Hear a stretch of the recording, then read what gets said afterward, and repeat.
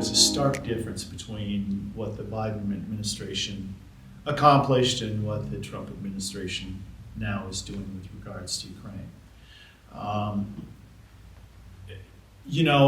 When you travel through Poland to Ukraine, Poland is a very pro-American country, and they look to the United States as not just a beacon of freedom, but also as a kind of a bellwether. How do you conduct foreign policy? How should your government be run? What does the rule of law look like?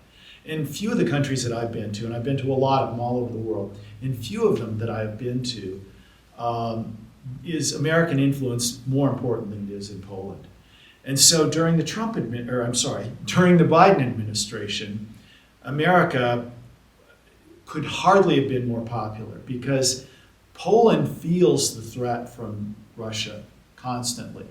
Poland has a past where it was dominated first by the Russian Empire and then by the Soviet Union.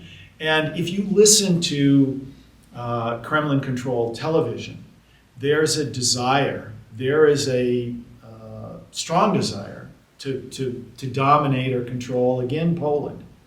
And so Poland has a very strong view that the United States should be involved, that we should be protecting freedom, and that we're the only country that has the resources to protect their friends in the Baltic states, in Latvia, Lithuania, and Estonia. And if you travel a lot between Ukraine and Poland, as I do, you see that there are similar views on this. Ukrainians are, many Ukrainians, of course, are refugees in Poland, or they're going back to visit families. And so, and of course, they know about American support, military support, financial support. And so, over the last few years, I don't know that I've been any place in the world that is as pro-American as Poland and Ukraine have been. And that's important for a lot of reasons. One, they feel our support.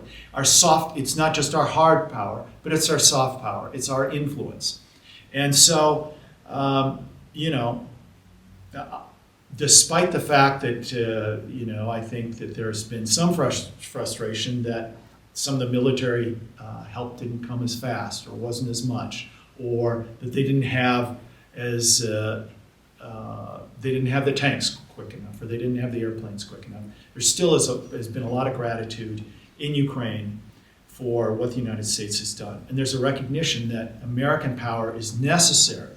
And this is prevalent all throughout Central and Eastern Europe. American power is necessary to thwart Russia's imperial ambitions. And if you have doubt about that, in 2021, Mr. Putin wrote this long essay where he talks about, Russia's position in the world. And he has a, false historical view about a lot of things. But the one thing that's been consistent is his desire or his dismay that the Soviet Union collapsed.